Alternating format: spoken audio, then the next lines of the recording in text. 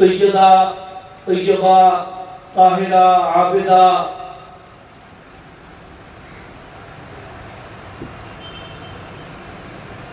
حضور سیدۃ النساء حضرت فاطمہ الزہرا سلام اللہ علیہا کے ولادت پاک کا دن ہے،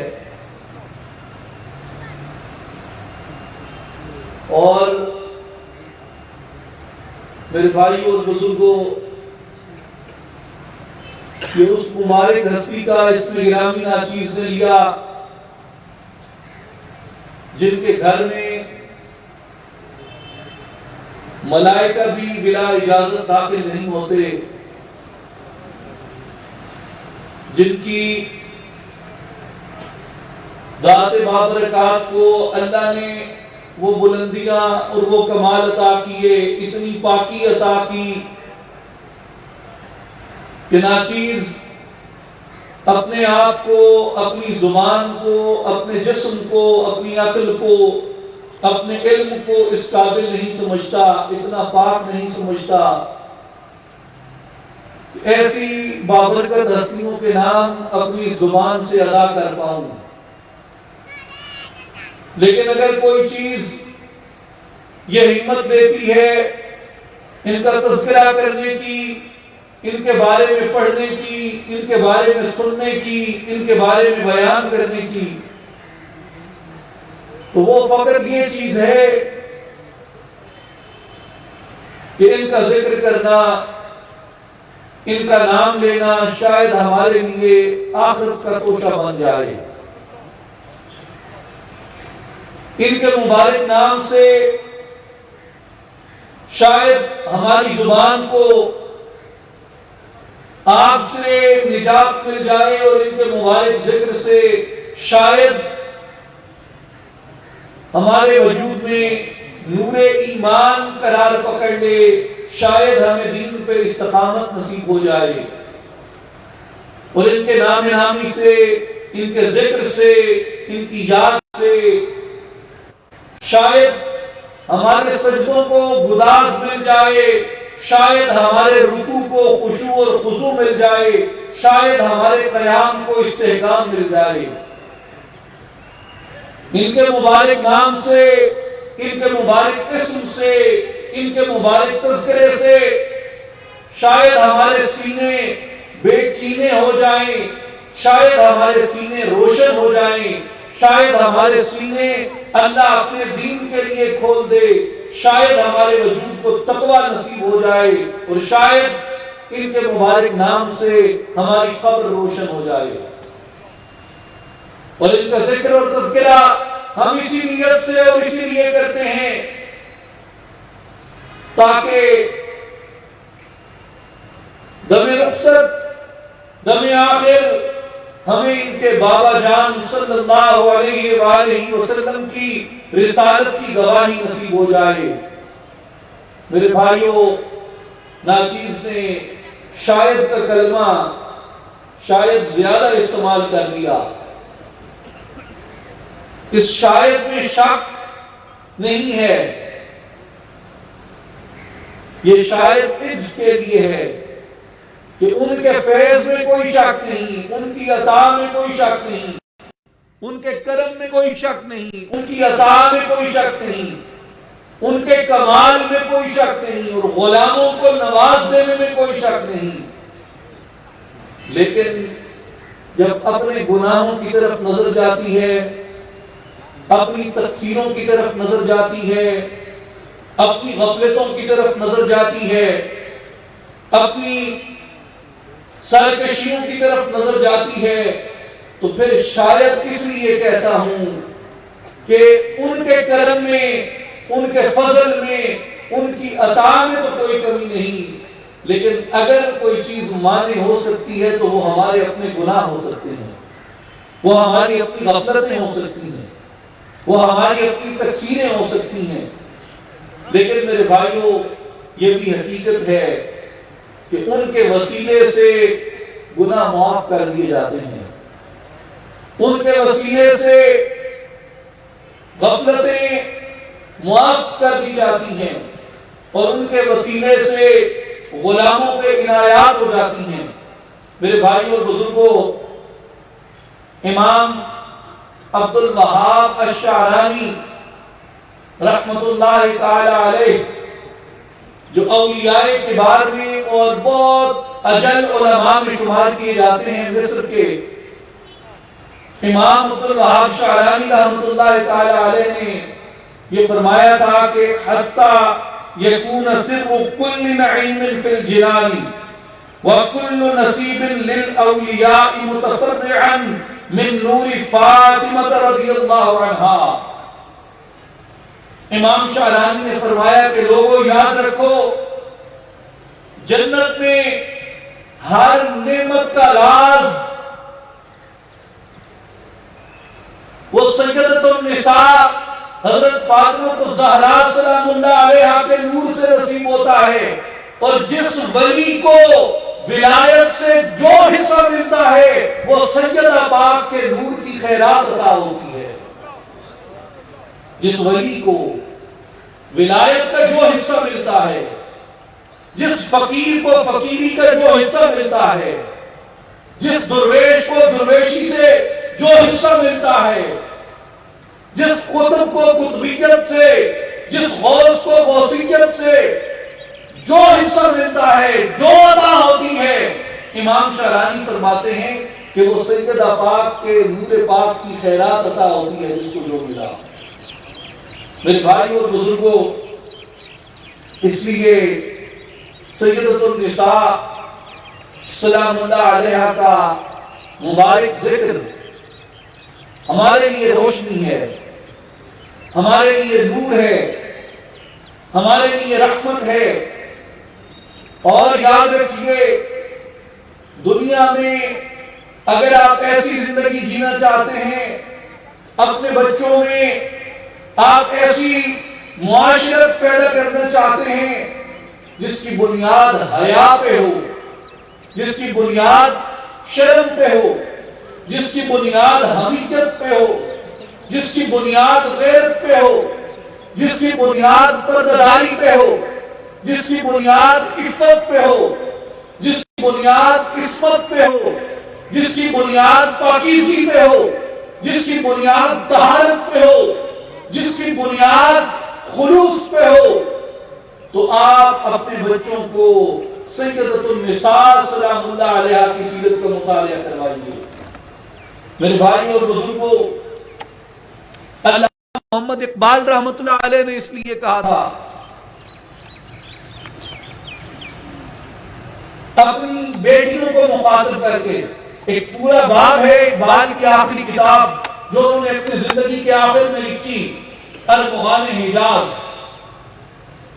ارمغان حجاز میں اقبال نے ایک عنوان قائم کیا، خطاب کا مخدرات اسلام، یعنی اسلام کی بیٹیوں سے خطاب۔ تو اسلام کی بیٹیوں کو کچھ تجویزیں دی علامہ اقبال نے۔ ان تجویزوں میں ایک تجویز یہ دی کہ اگر پندے درویش پذیری ہزار عالم و میرت تو نہ میری، کہ میری بیٹیوں، اگر اس درویش کی ایک نصیحت یاد رکھ لو تو ہزاروں قومیں مر جائیں گی، تمہاری قوم کبھی نہیں مرے گی۔ ہزاروں قومیں ہلاک ہو جائیں گی، تمہاری قوم کبھی ہلاک نہیں ہوگی اگر اس درویش کی ایک نصیحت یاد رکھ لو۔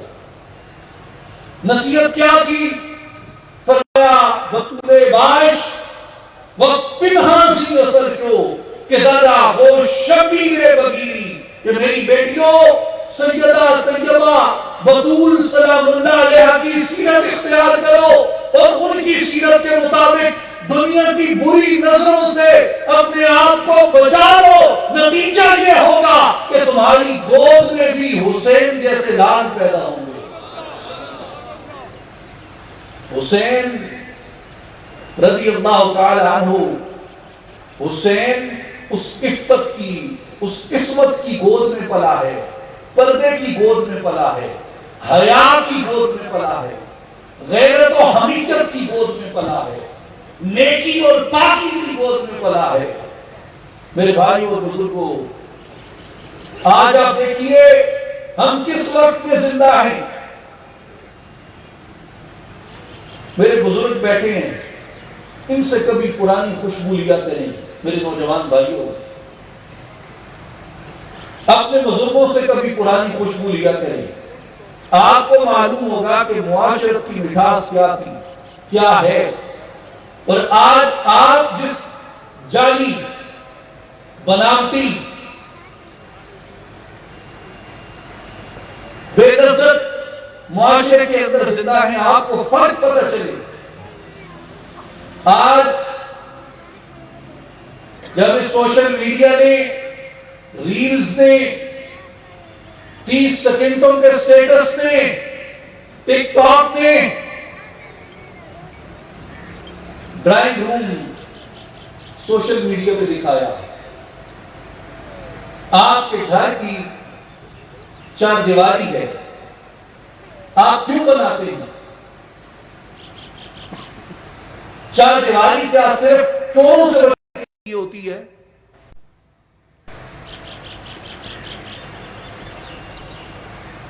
کبھی چار دیواری چور ڈکے، قدم تو چور نے ڈکی نے، کبھی ڈکے واسطے بڑھائیں ہو. آپ کے جی تالا لا کے لا رہے، کیوں لا کے لا رہی؟ آپ کے مطلب چور آ بھی نہیں. تالے قدر چوروں سے ڈاڑے تھے، کبھی تالے چوروں سے ڈاڑے تھے، کبھی کندھے چوروں سے ڈاڑی تھی نا.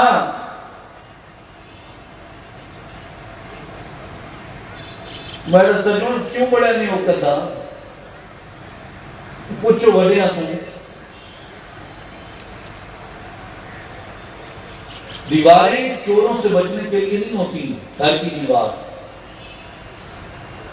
گھر کی دیوار پردے کے لیے، شرم کے لیے، حیا کے لیے ہوتی ہے. آپ کی پرائیویسی ہے، اس کے اندر ہر بندہ تام جھانک نہ کر سکے. اور یہ چار دیواری جو آپ نے بنائی ہے، یہ آپ نے اپنے کمرے سے باہر بنائی ہے، صحن کے باہر بنائی ہے. اس کا مطلب یہ ہے کہ صحن کے باہر چار دیواری ہے، کسی کو اجازت نہیں کہ آپ کے صحن میں جان سکے.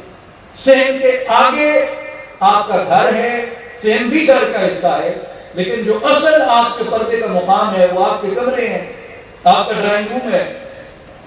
یہ تو چلے اب 10-20 سال کی بات ہے، یہ جدید نقشے شروع ہوئے. پہلے 5 کمرے نہیں ہونے ہیں، پچھلے پاس چولہا ہوتا ہے، اتنے کھاڑا تے نلکا ہوتا ہے. اب یہ جدید نقشے آ گئے ہیں. تو آپ کا جو کمرہ ہے اس میں کس کو اجازت ہے، کس کو مداخلت کی اجازت ہے؟ کوئی آپ کی کھڑکی سے جان سکے، کوئی آپ کے دروازے سے جان سکے. یہ آپ کا پردہ ہے، آپ کا شرم ہے، آپ کی عصمت اور عزت میں داخلے کے بعد. پر ہم نے کیا کیا؟ ہم نے اس عزت کو، اس پرداداری کو، نہ صرف یہ کہ محلے والوں کے لیے وہ ایک ہمارا عذر یہ ضد ہے، لیکن ہم نے اسے اٹھا کے سوشل میڈیا پہ ڈال دیا. اب ڈرائنگ روم کی باتیں سوشل میڈیا پہ جاتی ہیں، اب بیڈ روم سوشل میڈیا پہ دکھاتے ہیں. یعنی اس معاشرت کے اندر ہم زندہ ہیں، اس معاشرت کے اندر ہم جی رہے ہیں. اس میں پردے کی کیا مٹھاس آئے گی؟ عزت، عصمت، عفت، یہ سب باتیں اچھی ترکیبیں اور اچھی اصطلاحیں لے جاتی ہیں. میرے بھائی اور بزرگوں، یہ معاشرت جعلی، بے لذت، بے ذائقہ، مصنوعی اور عارضی ہے، اور اس کی کوئی وقت نہیں ہے. یہ فریب ہے اپنے آپ سے، یہ دھوکہ ہے اپنے آپ سے، یہ پیروی ہے ابلیس کی، یہ معاشرت ہے ابلیس کی. کنہیں آئیڈیالائز کیا انہیں آئیڈیالائز کیا گیا، جن کی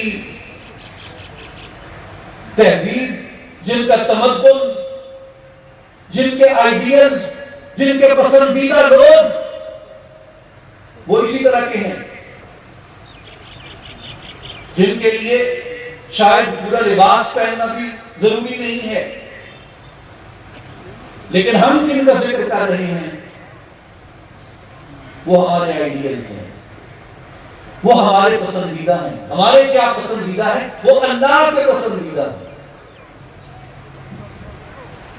وہ ہمارے کیا پسندیدہ ہے؟ وہ اللہ کے پسندیدہ، وہ اللہ کے چنے ہوئے ہیں، وہ اللہ نے ان کو برگزیدہ بنایا، اللہ نے ان کو یہ شان بخشی، اللہ نے ان کو یہ انعام بخشا۔ ہم تو صرف ان کی پیروی کرنے والے ہیں۔ اس لیے اقبال نے یہ کہا تھا کہ بطول باش و پنہانزی اثر شو، اپنی بیٹیوں کو مخاطب کر کے کہ تم سیدۃ النساء حضرت فاطمہ الزہرا سلام اللہ علیہا کی طرح اپنے آپ کو دنیا کی غلیظ نگاہوں سے بچا لو، تمہاری گود میں بھی حسین پیدا ہوں گے۔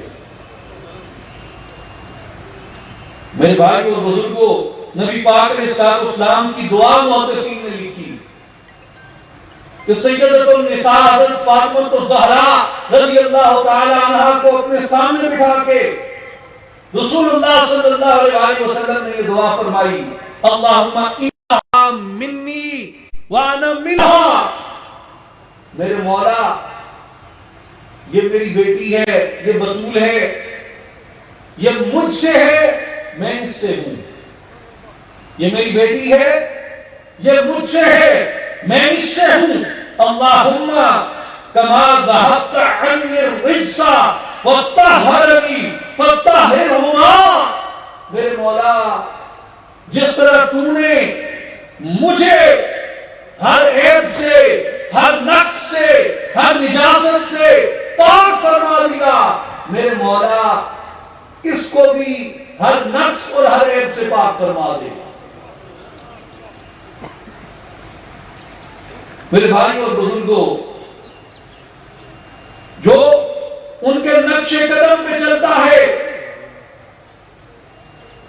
جو ان کے نقش قدم پہ چلتا ہے، اللہ تبارک و تعالیٰ اس کو بھی رجس سے، نجاست اور غلاظت سے پاک فرما دیتا ہے۔ جو ان کی عصمت کو اختیار کر لے، ان کی پیروی میں، ان کی عزت کو، ان کی آبرو کو اختیار کر لے، ان کی اطاعت میں ان کی پردہ کو اختیار کر لے، ان کی اطاعت میں ان کے حجاب کو اختیار کر لے، اللہ ان سے بھی ہم کو دور فرما دیتا ہے۔ آپ کبھی سیدہ پاک کے اسماء مبارکہ میں غور کریں، سیدہ پاک کے 3 مبارک اسماء ہیں، اور میرے بھائیوں یہ میں ازرائے عجز نہیں کہہ رہا، حقیقت ہے کہ جب سیدہ پاک کا نام آتا ہے میری جان کانپ جاتی ہے۔ میں اپنے آپ کو اس قابل نہیں سمجھتا کہ یہ مبارک اسماء اپنی اس ناکارہ زبان سے لوں جس سے ہم دنیا میں پتہ نہیں کیا کیا کہتے رہتے ہیں۔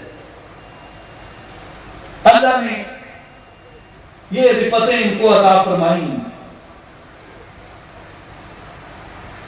کہ آپ کا جو معروف اسم مبارک ہے وہ فاطمہ ہے۔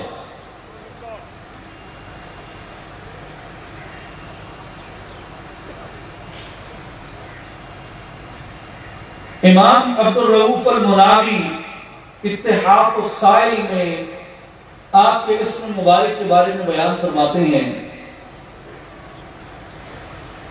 تو میں ایک چیز عرض کر دوں کہ یہ باتیں ویسے بھی کی جا سکتی ہیں، یہ ایسی بات ہے جو ویسے بھی کی جا سکتی ہے، لیکن جب آپ اسے اپنی روایت کے اور دنیا اسلام کے مقتدر اور مستند اور معتبر علماء اور ائمہ دین کے اقوال اور ان کی معتبر کتب سے آپ جب اسے جانتے اور سمجھتے ہیں تو اس پر اعتراض کی گنجائش اور شک اور شبہ کی گنجائش باقی نہیں رہتی کہ پتہ نہیں آپ کو گھڑی کرے. تو یہ گھڑی کی باتیں نہیں ہوتی، ان باتوں کا ایک وزن ہوتا ہے، ایک اپنی قدر ہوتی ہے کہ یہ کئی سو سال سے امت کے علماء، مجتہدین اور ائمہ کی محنت کا نتیجہ ہے، جنہوں نے پوری زندگیاں اس راستے کے اندر سمجھنے میں، تفہیم میں گزاری ہیں.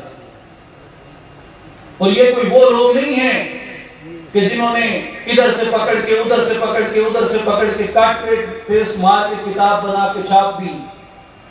یہ وہ لوگ نہیں تھے، یہ وہ لوگ تھے جنہوں نے علم میں محنت کی ہے، روایت میں محنت کی ہے، اپنی زندگیاں صرف کی ہیں اس بات کے اندر.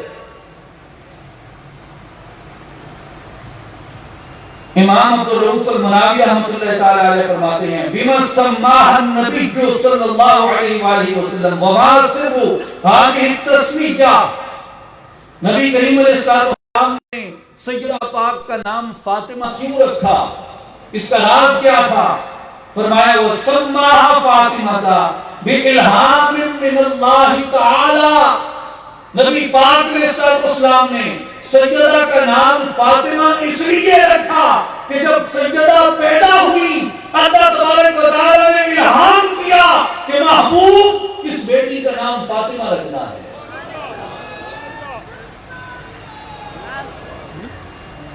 اس لیے لأن اللہ فاطمہ عن النار، فاطمہ کا لفظ فاطمہ سے نکلا ہے، اور فاطمہ کا مطلب ہوتا ہے کسی چیز سے دور ہو جانا. اور اللہ نے اس لیے کہا کہ حبیب اس کا نام فاطمہ رکھنا ہے، اس لیے کہ اللہ تبارک و تعالی نے ولادت سے قبل ہی سیدہ پاک کو جہنم کی آگ سے دور فرما دیا تھا. اور نہ صرف یہ کہ سیدہ پاک کو نار سے دور فرما دیا تھا، بلکہ فرمایا انما سمیت فاطمہ لأن اللہ فاطمہ وحجبها عن النار. اللہ تبارک و تعالی نے فاطمہ پہ آگ کو حرام کر دیا، آگ اور فاطمہ کے درمیان پردے قائم کر دیے. اس لیے فاطمہ آگ سے دور ہے، اور جو فاطمہ کے نقشے قدم پہ چلے گا اللہ اسے بھی آگ سے دور فرما دے گا. یہ ان کی اطاعت کی بدولت ہے. اور اس سے پہلے جو حدیث پاک عرض کی کہ حضور نے کہا مولا جس طرح مجھ سے ہر نقص کو دور کر دیا، ہر رجس کو دور کر دیا، اسی طرح فاطمہ سے بھی ہر نقص کو، ہر رجس کو دور فرما دے. اور جس طرح اللہ تعالیٰ نے نبی پاک علیہ السلام کو آگ سے دور فرما دیا، اسی طرح حضور کی شہزادی، حضور کی لخت جگر سیدۃ النساء حضرت فاطمہ الزہرا رضی اللہ تعالی عنہ کو بھی آگ سے دور فرما دیا. آپ کا دوسرا اسم مبارک ہے بطول. امام جلال الدین سیوطی رحمۃ اللہ تعالی علیہ مسند فاطمہ الزہرا سلام اللہ علیہ کے اندر بیان فرماتے ہیں وَسُمِّيَتْ بَطُولًا، آپ کا ایک اسم گرامی بطول رکھا گیا. وَالْبَطْلُ الْقَطْعُ، بطول کا لفظ بطل سے نکلا ہے، اور بطل کا مطلب ہوتا ہے کاٹنا، قطع کرنا، کسی شے سے کٹ جانا.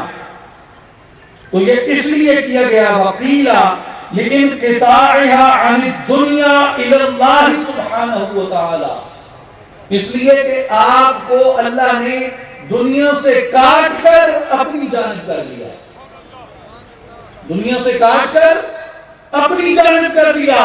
تو کہا اب ان کا نام بطول ہے. اور زہرا نام کی برکت کو بیان کرتے ہوئے فرماتے ہیں لِمَا سُمِّيَتْ بِالزَّہْرَا، آپ کو زہرا کیوں کہا گیا؟ اس لیے کہ وَسُمِّيَتْ بِالزَّهْرَاءِ لِأَنَّهَا زَهْرَةُ الْمُصْطَفَى صلی اللہ علیہ وآلہ وسلم. آپ کا نام زہرا اس لیے رکھا گیا کہ آپ باغ مصطفیٰ کی کلی ہیں، چمن مصطفیٰ کی رونق ہیں، اس لیے آپ کا نام زہرا رکھا گیا. تو میرے بزرگوں، اس لیے جو بھی سیدۃ النساء فاطمہ الزہرا سلام اللہ علیہ کے اسم مبارک سے برکت حاصل کرتا ہے، اس کو بھی اللہ تبارک و تعالی دنیا کے شر سے کاٹ لیتا ہے اور اپنے خیر سے مالا مال کر دیتا ہے۔ جو آپ کے نقش قدم میں چل پڑتا ہے، اللہ تبارک و تعالی اس میں بطول کی برکت سے اسے دنیا کی ناپاکی سے کاٹ لیتا ہے اور اپنی صفت سبحان کا فیض عطا کر کے دنیا و آخرت کی پاکی عطا کر دیتا ہے۔ اور جو آپ کی پیروی کرتا ہے، آپ کے نقش قدم پہ چلتا ہے، اللہ تبارک و تعالی اس میں فاطمہ کی برکت سے اس پہ دوزخ کو پردہ بنا دیتا ہے، دوزخ اور اس کے درمیان حجاب قائم کر دیتا ہے، دوزخ کی آگ اسے نہیں چھو سکتی۔ اور یہ بات میں اپنی طرف سے نہیں کر رہا کہ سیدہ کی پیروی کرنے والوں کو، سیدہ پاک سے محبت کرنے والوں کو دوزخ نہیں چھو سکتی۔ یہ نبی پاک علیہ السلام کی حدیث ہے۔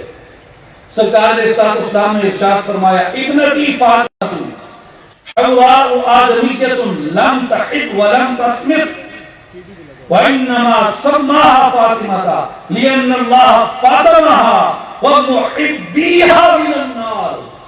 نبی پاک علیہ السلام نے فرمایا، میری بیٹی فاطمہ آدمیوں کے درمیان اتنی پاکیزہ ہیں، یعنی بنی آدم ہوتے ہوئے بھی اتنی پاکیزگی اللہ نے ان کو عطا کی ہے جو جنت کی حوروں کو عطا فرمائی ہے۔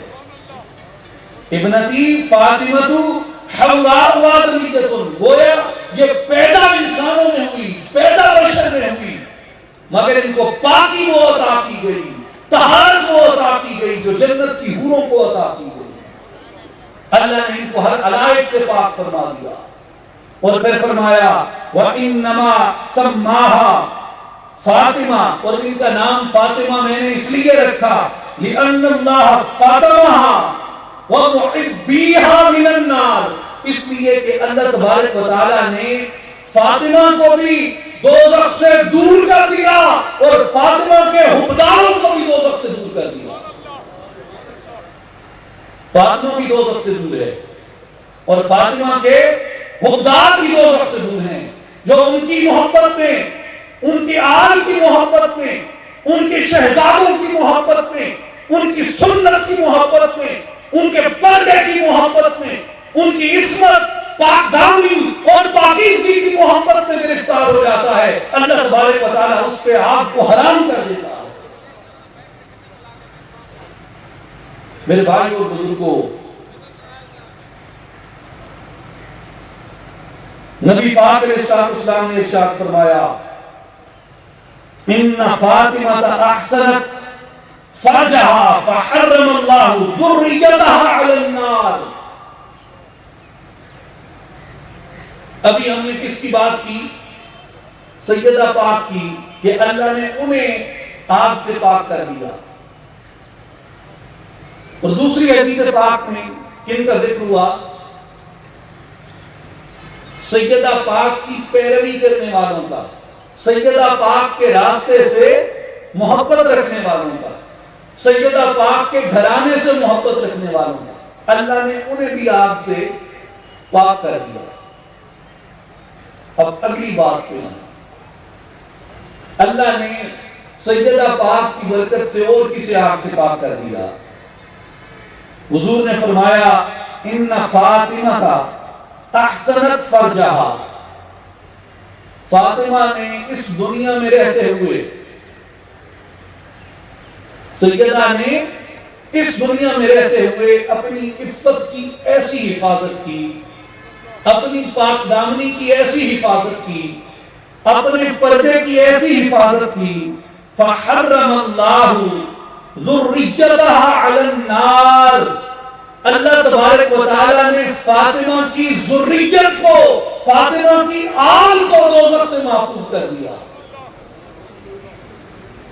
پہلے کہا کہ سیدہ کو دوزخ سے دور کر دیا، پھر کہا سیدہ کے راستے سے محبت کرنے والے، سیدہ پاک سے محبت رکھنے والوں کو آگ سے دور کر دیا، اور پھر فرمایا کہ سیدہ کی پاک دامنی کی بدولت، عفت کی بدولت، عصمت کی بدولت، عزت اور پردے اور شرم و حیا کی بدولت ہم نے ان کی آل پر بھی آپ کو حرام کر دیا ہے۔ اس لیے میرے بھائیوں اور بزرگوں، علامہ اقبال کی جو نصیحت ہے وہ ہمیں دوبارہ یہ یاد دلاتی ہے کہ اگر یہ چاہتے ہو کہ تمہاری جھولیوں میں بھی، تمہاری گودوں میں بھی، تمہاری آغوش کے اندر بھی حسین جیسے بچے پرورش پائیں، تو اپنی پاک دامنی کی حفاظت کرو، اپنی عصمت اور عزت کی حفاظت کرو، اور اگر یہ چاہتے ہو کہ تم بھی آگ سے بچ جاؤ تو سیدہ پاک کا راستہ تمہارے لیے اسوہ ہے۔ اس لیے علامہ اقبال رحمۃ اللہ علیہ نے ایک اور مقام پہ فرمایا، علامہ اقبال نے کہا کہ مادرانہ اسوہ کامل بطول، کہ اگر کوئی ماں ہے اور وہ اپنے لیے کوئی اسوہ تلاش کرتی ہے، کوئی آئیڈیل تلاش کرتی ہے کہ میں کسے فالو کروں، ایک عورت ہوتے ہوئے میرا آئیڈیل کون ہے، ایک خاتون ہوتے ہوئے میرا آئیڈیل کون ہوگا، ایک ماں ہوتے ہوئے میرا آئیڈیل کون ہوگا، ایک بیٹی ہوتے ہوئے میرا آئیڈیل کون ہوگا، تو اقبال کہتے ہیں مادرارا اسوہ کامل بطول، اگر تم بیٹی ہو، ماں ہو، عورت ہو، خاتون ہو، تو تمہارے لیے سب سے بہترین نمونہ عمل سیدۃ النساء سلام اللہ علیہا کے نمونہ عمل کے اندر ہے۔ تو جو ان کے نمونہ عمل کو اختیار کرتا ہے، حضور کی احادیث سے بیان کرتی ہیں کہ انہیں دوزخ سے بچا لیا جاتا ہے، دوزخ سے دور کر دیا جاتا ہے، آگ ان پہ حرام کر دی جاتی ہے۔ اور میرے بھائیوں، جو ان کا نور ہیں، جو ان کا نور ہیں، جو ان کا خون ہیں، جو ان کی ذریت ہیں، اس حدیث پاک کے بارے میں یہ جو بھی آخری حدیث مبارک ناچیز نے عرض کی کہ سیدہ پاک کی ذریت پر بھی آپ کو حرام کر دیا گیا۔ امام حاکم نے کہا ھذا حدیث صحیح الاسناد، یہ بالکل صحیح السند حدیث ہے، اس کی تمام اسناد درست ہے حدیث کی۔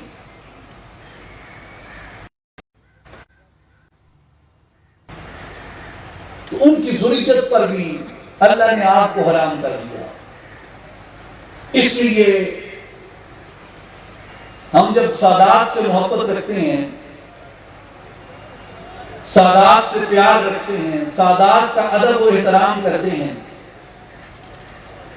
اس کی کئی وجوہات ہیں سادات سے محبت کی، مگر سادات سے محبت کی ایک بڑی وجہ یہ ہوتی ہے کہ یہ آل فاطمہ ہیں، حضور کی ذریت ہیں، اور یہ وہ ذریت ہے جن پہ اللہ نے آپ کو حرام کر دیا۔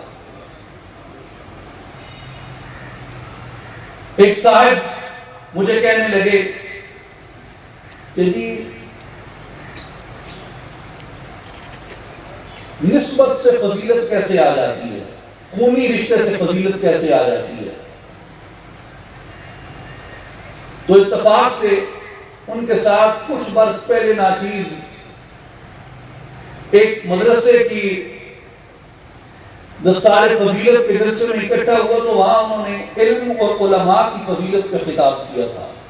وہ مجھے یاد تھا، میں نے ان سے عرض کی، میں نے کہا جی آپ کا سوال بھی میں سمجھ گیا ہوں، اور میں نے ان سے یہ تو نہیں کہا لیکن اپنے دل میں کہا کہ تیرے اندر کی کھوٹ ہی سمجھ گئی، تو میں پوچھا کیوں ہے؟ میں نے ان سے عرض کی کہ حضرت آپ نے علم اور علماء کی فضیلت بیان کی تھی، آپ کو یاد ہوگا، کہنے کہ جی بالکل کی تھی۔ میں نے کہا علم کی کیا فضیلت ہے؟ ایک بندہ ہے، اس نے کلمہ نہیں پڑھا، یہ سارا علم اس کے پاس ہے جو آپ کے پاس ہے، کیا اس کی بھی اتنی فضیلت ہوگی؟ کہتے ہیں نہیں۔ میں نے کہا پھر آپ اس علم کو اتنی فضیلت کیوں دیتے ہیں؟ بندہ ہے، وہ فزکس میں نوبل لاریئر ہے، وہ میتھمیٹکس میں نوبل لاریئر ہے، وہ میڈیسن میں نوبل لاریئر ہے، مگر کلمہ نہیں پڑھتا، آپ اس کے علم کو بھی اتنی فضیلت دیتے ہیں، کہتے ہیں جی میرا خیال نہیں ہے۔ میں نے کہا ٹھیک ہے، تو آپ کے نزدیک علم کی فضیلت کیوں ہے؟ کہتے ہیں کملی والے پہ ایمان لانا اور کملی والے کا علم سینے میں رکھنا، یہ فضیلت ہے۔ میں نے کہا مجھے اس پہ کوئی اعتراض نہیں، اور آپ نے جتنی روایات صحیح، حسن، ضعیف، موضوع جتنی اس کے لیے آپ نے پیش کی تھی، اس سے میں ان سب کو مانتا ہوں کسی نہ کسی طرح، اور اس ساری فضیلت کا قائل جو آپ نے علم اور علماء کے لیے بیان کی۔ مگر آپ علماء کی فضیلت کے لیے یہ کہتے ہیں کہ عالم کی فضیلت تب ہوتی ہے جب وہ علم مصطفیٰ ہو، جب وہ علم وحی ہو، جب وہ علم نور ہو اور علم قرآنی ہو، اور اس کے ساتھ اس کا رسول اللہ کی ذات اقدس پر ایمان بھی ہو۔ تو میں نے کہا یہ آپ کا معیار ہے، کہتے ہیں یہی ہے۔ میں نے کہا وہ علم ہوگا کہاں پہ؟ کہتے ہیں ہوگا سینے میں۔ میں نے کہا تو پھر سنیے، اگر سینے میں سرکار کا علم آ جائے تو اس بندے کی داڑھی بھی معتبر ہو جاتی ہے، جبہ بھی معتبر ہو جاتا ہے، دستار بھی معتبر ہو جاتی ہے، زیارت بھی معتبر ہو جاتی ہے، مجلس بھی معتبر ہو جاتی ہے، نصیحت بھی معتبر ہو جاتی ہے، واعظ بھی معتبر ہو جاتا ہے، اس سے ملنا بھی معتبر ہو جاتا ہے۔ یہ تو تھا فقط علم جو سند سے آیا، روایت سے آیا، آپ تک پہنچا، آپ نے اپنے سینے میں بسایا اور کہا کہ آپ میں فاضل ہوں، آپ میں محترم ہوں، آپ میں قابل احترام ہوں، اس لیے کہ مصطفیٰ کا علم میرے سینے میں آ گیا۔ میں نے کہا یہی بات نسبت کے لیے میں کہتا ہوں، ان کی زیارت معتبر ہے، ان کی مجلس معتبر ہے، ان کا ملنا معتبر ہے، ان کا قول معتبر ہے، اس لیے کہ ان کے وجود کے اندر مصطفیٰ کا خون گردش کر رہا ہے۔ اگر علم فضیلت پیدا کرتا ہے سینے میں آ کے، تو خون کا طریقہ فضیلت کرتا ہے وجود میں آ کے۔ علم سے برکت پیدا ہو جاتی ہے تو خون سے بھی برکت پیدا ہو جاتی ہے میرے بھائیو۔ علم سے دوستی اور نسب سے عداوت۔ یاد رکھیں دین سرکار کے نسب نے بچایا ہے، جس کے لیے سلطان العارفین حضرت سقی سلطان باہو رحمۃ اللہ علیہ نے کہا کہ جے کر دین علم میں ہوندا سر میزے کیوں چڑھتے ہوں، 18,000 جو عالم آہا کوئی اگے حسین دے مردے ہوں، جے کر مندے بیت رسولی پانی کیوں بند کرتے ہوں، جے کچھ ملاحظہ سر عطا کر دے خیمے تنبو کیوں سڑتے ہوں، پر صادق دین تنہا دے گا حضرت باہو جڑے سر قربانی کر دے ہوں۔ سچا عشق حسین علی دا یا حضرت باہو سر دے راز نہ بدلے ہوں۔ میرے بھائی اور بزرگوں، امام احمد بن حنبل نے نبی پاک علیہ السلام کی ایک حدیث مبارک نقل فرمائی ہے فضائل الصحابہ میں کہ حضور علیہ السلام نے فرمایا کل سبب و نسب منقطع یوم القیامت ما خلا سبب و نسب۔ حضور نے فرمایا کہ قیامت کے دن ہر نسب اور سبب کٹ جائے گا، ختم ہو جائے گا۔ ہر نسب اور سبب کٹ جائے گا، ختم ہو جائے گا۔ ما خلا سببی و نسبی، سوائے میرے نسب کے۔ تو سرکار علیہ السلام کا نسب قیامت تک چلے گا، اور اس دن بھی ہوگا جس دن سارے نسب ختم ہو جائیں گے، سارے شجرے ختم ہو جائیں گے، سرکار کا شجرہ اس دن بھی قائم ہوگا۔ میرے شیخ و امام حضرت مولانا احمد رضا خان قادری برکاتی رحمت اللہ تعالی علیہ بیان فرماتے ہیں کہ ایک شخص ایک سید زادے سے جھگڑ رہا تھا. اس نے کہا کہ جی میں سید ہوں. اس شخص نے جھگڑا شروع کر دیا اور اس نے کہا کہ اگر تم سید ہو تو اپنی سند دکھاؤ. تمہارے سید ہونے کی سند کیا ہے؟ سید ہو تو سند دکھاؤ. سند کیا ہے تمہارے سید ہونے کی؟ اب وہ سید زیادہ شرافت کی وجہ سے خاموش ہو گئے کہ اس منہ پھٹ کو کیا جواب دیا جائے. اعلیٰ حضرت بیان کرتے ہیں کہ اس شخص نے خواب دیکھا کہ میدان محشر ہے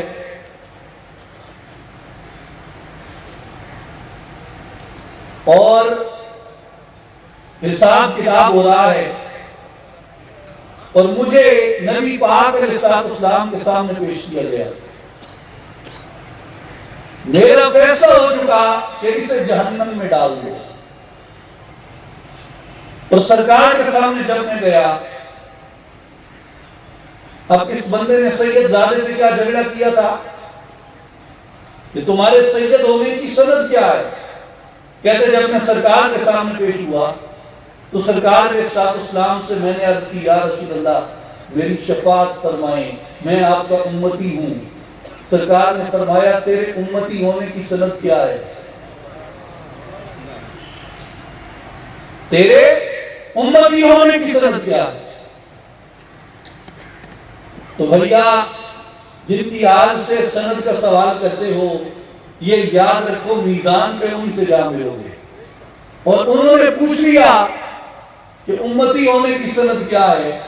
سید زادہ تو اپنی سیادت کی سند پیش کر دے گا, تم اپنے امتی ہونے کی سند کہاں سے لاؤ گے؟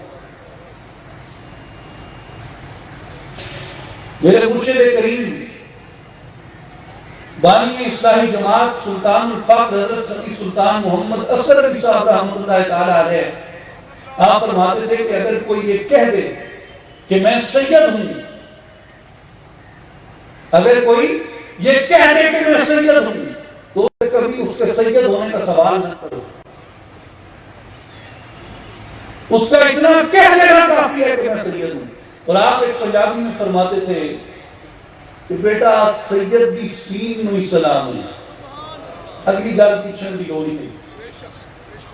سید دی سین نو سلام. کہتے ہیں جی کہ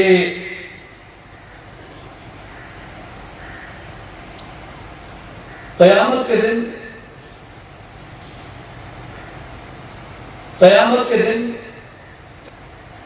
نیک لوگ شفاعت کریں گے. صحیح بخاری کی حدیث کتاب التوحید کہ مومن جنت میں نہیں جائے گا, کھڑا ہو جائے گا. اللہ تعالیٰ فرمائے گا تجھے جنت بخش دی گئی ہے, جا.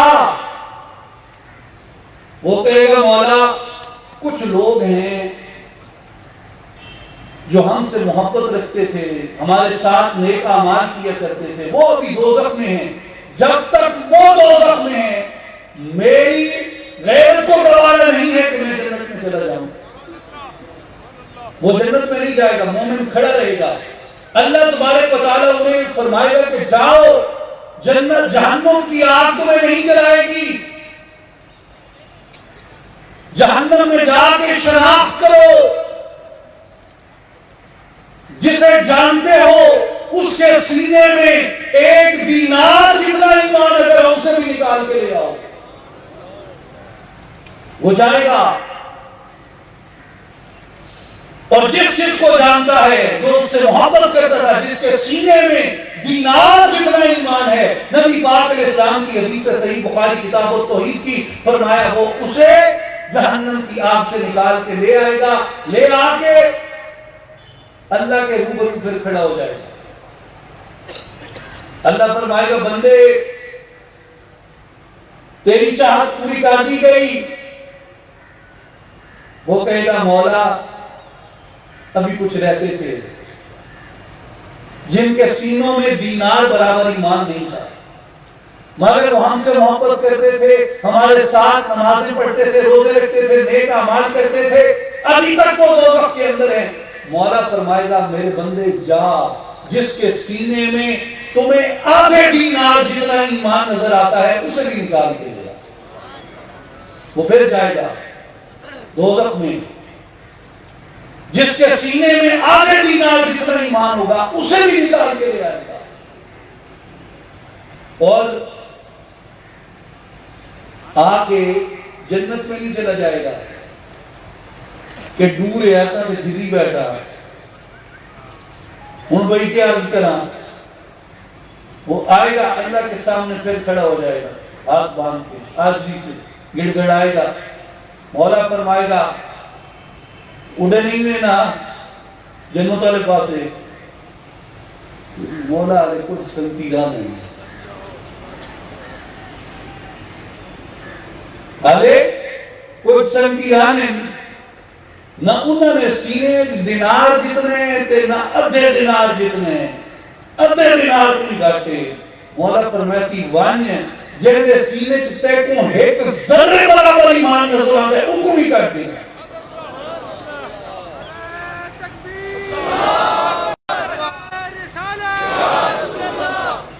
اس لیے وہ جائے گا پھر جہنم میں، دینار جتنا نہیں، دینار اتنا سا دینار ہوتا ہے شاید اس سے بھی کام ہوگا، اور نصف اس کا بھی آدھا، اور ایک ذرہ کتنا ہوتا ہے، ذرے کی پیمائش کر لیں، جس کے سینے میں ذرہ برابر ایمان ہوگا وہ اسے بھی نکال کے لے آئے گا۔ اور میرے بھائیوں یہ کن کی بات ہے؟ یہ ان صالحین کی بات ہے جن کی بخشش ہو جائے گی، ان نیکوں کی بات ہے جن کو سیدہ پاک کے کاشانہ اقدس کی آپ کے قدموں کی خیرات سوالی موالی بیکاری بن کے ملی ہوگی۔ یہ تو ان کو شان عطا کی ہے، سیدہ کے خاندانے کی، سیدہ کے مبارک خون کی، سیدہ کے شہزادوں کی کیا شان ہوگی قیامت کے دن۔ حضور علیہ السلام کی حدیث ہے قیامت کا دن ہوگا، قیامت کا دن ہوگا اور ایک منادی کرنے والا ندا کرے گا، منادی کرنے والا ندا کرے گا، اے اہل معاشر اپنی آنکھیں نیچی کر دو۔ کل امتیں کھڑی ہوں گی، آدم سے لے کے عیسیٰ علیہ السلام تک سبھی کی امتیں کھڑی ہوں گی، مشرکین کھڑے ہوں گے، ملحدین کھڑے ہوں گے، کفار کھڑے ہوں گے، جتنے انسان پیدا کیے گئے، جو مخلوقات پیدا کی گئی حساب کتاب کے لیے، جو بھی میدان معاشر میں کھڑا ہوگا، خربوں لوگ وہاں کھڑے ہوں گے، منادی کرنے والا ندا کرے گا، اے اہل معاشر اپنی آنکھیں جھکا دو، اس لیے کہ ابھی پل سے فاطمہ بنت محمد کی سواری گزرنے والی ہے۔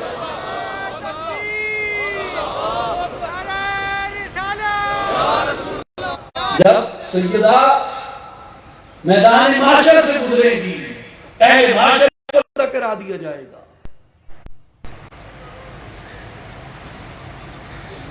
اہل معاشر کو پردہ کرا دیا جائے گا، اور جب عام مومنین اللہ کے سامنے جھگڑا کریں گے شفاعت کے لیے، بخشش کے لیے، جو آیت الکرسی میں ارشاد ہے من ذا الذی یشفع عندہ، کس کی جرأت ہے اس کے سامنے شفاعت کرے؟ کسی کی جرأت نہیں اس کے سامنے شفاعت کرے، الا باذنہ، مگر جسے اللہ اجازت عطا کر دے، اللہ کی اجازت کے ساتھ شفاعت کریں گے۔ نبی پاک کو اللہ اذن عطا کرے گا، حبیب مانگ۔ مولا کائنات سیدنا علی کرم اللہ وجہ الکریم کی روایت ہے، آپ سے پوچھا گیا کہ قرآن میں سب سے امید افزا آیت کون سی ہے؟ سب سے زیادہ امید افزا آیت کون سی ہے؟ مولا کائنات نے فرمایا وَلَسَوْفَ يُعْطِيكَ رَبُّكَ فَتَرْضَىٰ، یہ آیت سب سے زیادہ امید افزا ہے، جس کا ترجمہ یہ ہے کہ اے حبیب ان قریب ہم آپ کو اتنا عطا کریں گے، اتنا عطا کریں گے کہ آپ ہم سے راضی ہو جائیں گے۔ مولا کائنات نے کہا کہ حضور اللہ سے صرف اپنی امت کی بخشش کا سوال کریں گے، اور اللہ تبارک و تعالیٰ اتنا عطا کرے گا اپنے حبیب کو کہ حبیب راضی ہو جائیں گے۔ میرے بھائیوں، یہ اہل بیت قیامت کے دن اپنے محبین اور اپنے پیروں اور اپنے ساتھ میں کامال کرنے والوں کی اللہ کے اذن اور اللہ کی اجازت سے سفارش کریں گے، اور ان کی معدت، ان سے محبت یہ واجب ہے عضو قرآن، کیونکہ یہ حکم قرآنی ہے۔ قُلْ لَا أَسْأَلُكُمْ عَلَيْهِ أَجْرًا إِلَّا الْمُؤَدَّةَ فِي الْقُرْبَى۔ اے حبیب صلی اللہ علیہ وسلم، آپ انہیں فرما دیں کہ میں نے نعرہ تکبیر، نعرہ رسالت، نعرہ خلافت، نعرہ حیدری، نعرہ غوثیہ، نعرہ سلطانیہ، میری جان جوانی، سانسوں کی روانی، میری پریم کہانی، نعرہ سلطانیہ، حضور جانشین سلطان الفقر الرفقی سلطان محمد علی صاحب، نعرہ سلطانیہ۔ تمام احباب تشریف رکھیں، تمام احباب تشریف رکھیں۔ ہماری خوش قسمتی ہے، ہمارے مرشد کریم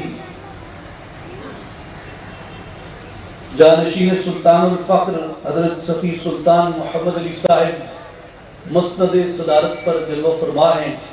ہم آپ کے مبارک چہرے کی زیارت بھی کر رہے ہیں اور آپ کے فیضان سے بھی مستفید ہو رہے ہیں۔ اور میرے بھائیوں اور بزرگوں، یہ ہمارے لیے خوش بختی ہے اور ہمارے لیے سعادت ہے کہ آپ ہمارے درمیان تشریف فرما ہیں، اور یہ بھی ہمارے لیے ایک نیکی کا عمل ہے جس میں ہم بیٹھے ہیں۔ ہم یہاں کسی سیاسی غرض سے نہیں بیٹھے، کسی معاشی غرض سے نہیں بیٹھے، کسی مالی غرض سے نہیں بیٹھے، اللہ اور اس کے رسول کے لیے جمع ہوئے، رسول اللہ کے اسم گرامی سے منسوب محفل کی برکت میں جمع ہوئے۔ یہ نیکی کا عمل ہے۔ ہم یہاں اللہ اور اس کے رسول کا نام بلند کرنے کے لیے جمع ہوئے، اللہ اور اس کے رسول کے احکامات پہ عمل پیرا ہونے کے لیے جمع ہوئے، اللہ کے نیک برگزیدہ بندوں کے ذکر کے لیے، ان کے تذکرے کے لیے جمع ہوئے، اور ان کی محبت اور محبت کو اپنے سینوں میں جمع کرنے کے لیے جمع ہوئے۔ یہ بھی ہمارے لیے نیکی کا عمل ہے، اور جو نیک بندے ہیں جو ان کے ساتھ مل کے نیک عمل میں شریک ہوتے ہیں، حضور کی حدیث صحیح بتاتی ہے کہ قیامت کے دن اپنے ساتھ بیٹھنے والوں کی سفارش کریں گے۔ میرے بھائی اور بزرگوں، آخری بات میں عرض کر رہا ہوں، توجہ سے سنیں۔ قُلْ لَا أَسْأَلُكُمْ عَلَيْهِ أَجْرًا إِلَّا الْمُوَدَّةَ فِي الْقُرْبَى، کہ اے حبیب آپ نے جو انہیں دیا اس پر آپ انہیں فرمائیں کہ میں تم سے کوئی اجرت نہیں مانگتا۔ اجرت کس چیز پہ؟ کہ جو میں نے تمہیں ایمان دیا، ہدایت دی، اللہ کی آخری وحی پہنچائی تم تک، نمازیں سکھائی، حج سکھائے، پاکی سکھائی، نجات سکھائی، جنت کا راستہ سکھایا، دوزخ سے بچنا سکھایا، حق سکھایا، خیر سکھایا، عدل سکھایا، رحم سکھایا، محبت سکھائی، اخلاق سکھایا، ادب سکھایا، علم سکھایا، سنت سکھائی، حکمت سکھائی، تزکیہ سکھایا۔ یہ جو کچھ بھی میں نے تمہیں دیا ہے، یہ جو کچھ بھی میں نے تمہیں سکھایا ہے، میرے حبیب انہیں کہہ دیجئے میں تم سے کوئی اجرت نہیں لیتا، معاوضہ نہیں لیتا۔ تو کیا پیش کریں؟ إِلَّا الْمُوَدَّةَ فِي الْقُرْبَى، اس کا معاوضہ یا اجرت اگر دینا چاہتے ہو تو صرف اتنی ہے کہ میرے اقربا سے محبت اختیار کر لو. اور حضور کے اقربا کون ہیں؟ عبداللہ ابن عباس رضی اللہ تعالیٰ عنہما.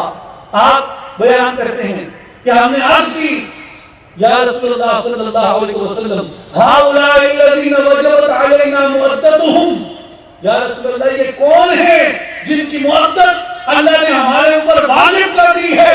نبی پاک علیہ السلام نے فرمایا کہ یہ علی ہے، یہ فاطمہ ہے اور ان کے دونوں بیٹے ہیں.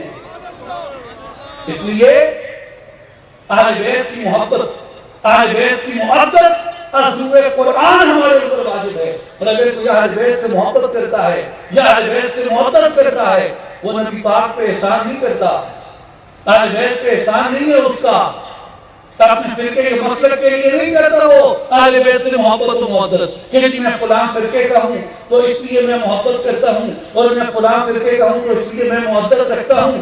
قرآن سب کے لیے ہے. جو قرآن کو مانتا ہے وہ اہل بیت سے محبت کرتا ہے، جو قرآن کو مانتا ہے وہ اہل بیت کی محبت و محبت کا دم بھرتا ہے.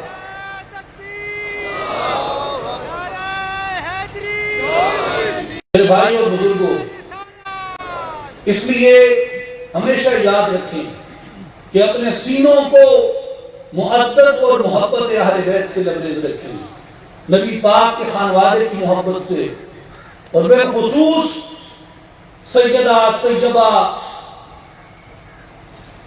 سلام اللہ علیہ کی، آپ کے شہزادوں کی، آپ کے عطرت اور ذریت کی محبت و محبت نہ صرف آخرت میں ہمارے لیے کامیابی کی دلیل ہے، نہ صرف آخرت میں ہمیں آگ سے بچائے گی اور نجات کی طرف لے جائے گی، بلکہ اس دنیا کے اندر بھی اگر غیرت سے، حمیت سے، پردہ سے، شرم و حیا سے، عزت و آبرو سے زندگی بسر کرنا چاہتے ہو تو انہی کا نمونہ عمل ہمارے لیے مشعل راہ ہے، انہی کا طریق عمل ہمارے لیے مشعل راہ ہے. تو میرے بھائیوں، اپنی معاشرت میں کوئی بھی چیز نہیں آتی ہے اسے اپنے آئیڈیلز کے ساتھ پرکھ لیا کریں. ہر چیز کو بلا سوال اور بلا تردد قبول نہ کر دیا کریں. جو معاشرت اس گلوبلائز ویلیج کے اندر تشکیل پا رہی ہے، اس میں ہزاروں چیزیں بنام جدت، بنام ٹیکنالوجی ہمارے درمیان سرایت کر رہی ہیں. انہیں سوال کریں، انہیں کوشچن کریں، انہیں پرکھیں، تصدیق کریں کہ یہ میرے لیے مضر ہے، یہ میرے لیے مفید ہے، یہ میرے لیے شفا ہے یا میرے لیے وبا ہے. اس کے بعد اسے قبول کریں. اگر آپ بلا حیل و حجت، بلا سوال، بلا تصدیق اسے قبول کرتے ہیں اور وہ آپ کے لیے مضر ثابت ہوتا ہے، اللہ نے آپ کو عقل عطا کی ہے، آپ اس کے لیے سزا کے مستحق ہوں گے.